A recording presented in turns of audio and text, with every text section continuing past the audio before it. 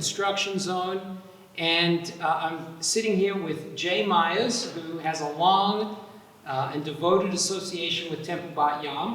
And in fact, we're seated right in front of a sign that speaks to the multi-generational commitment and connection that your family has had with Temple Bat Yam. For those who can't see it at home, it says Isidore C. and Penny W. Myers, Temple Bat Yam campus. Can you tell us a little bit about your family's connection to Temple Bat Yam? Well, my family, myself included, are barely out of the founders category. We didn't join Bat Yam. We didn't form Bat Yam, but we were members within 6 months of Temple Bat Yam forming. I had just moved to California. My mom and dad had moved a couple years before my brother and I moved out. And I was 25 years old, and I joined Temple Bat Yam, and here I am. Well, it's been a spiritual home, a community home. It's a meeting point, and frankly, a hub for so many friendships, both friendships that my parents had with their peers, and many of those relationships that I had made thanks to my parents, I still continue with many of the people, many of the founding families, as you said, Bernie and Joan Rome, and Martin and Tammy Brower, and many of the original families I remain friends with, and they're friends with their children. It's just, it's a beautiful thing. And my children were all educated here in the preschool, and one was bat mitzvahed here. There's a bit of a story on that, but this has always been a safe place and a place where I can come and find peace and tranquility and a place to ponder the history of the tribe that I was fortunate enough to be born into.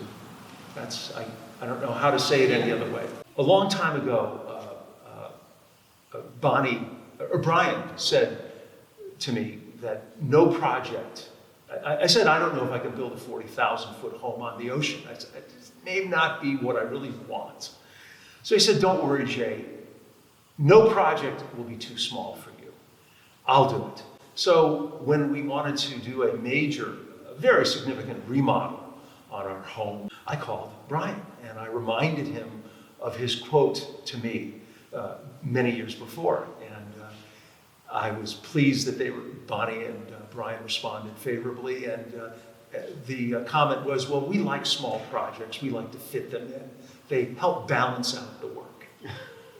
And I think it's small in terms of the kind of work that they do, but this is just a marvelous vision that they have created for Temple Bat Yam. It serves not only the security needs, but an outdoor gathering space that's beautiful. And finally, we get to use the front entry again. We've closed the security gap, first and foremost. This Temple Bat Yam need not worry nearly as much about the security of its temple members and our staff for a black swan kind of event. I'm really not an alarmist, but I think it's prudent to do the things that make sense for the community. And it's also a sign of vitality. It shows that we're planning for the future. It's the old man who plants an olive tree with his grandson. He knows he won't bear the fruit, he won't taste the fruit of the tree, but it will be for the next generation and the next generation after that. I think that's how if you don't think that way when you're young, you certainly start to think that way when you put a few years and decades behind. Credit to my parents. They walk the walk. I'm proud that my father had the first endowment for Temple Bat Yam, created the first endowment.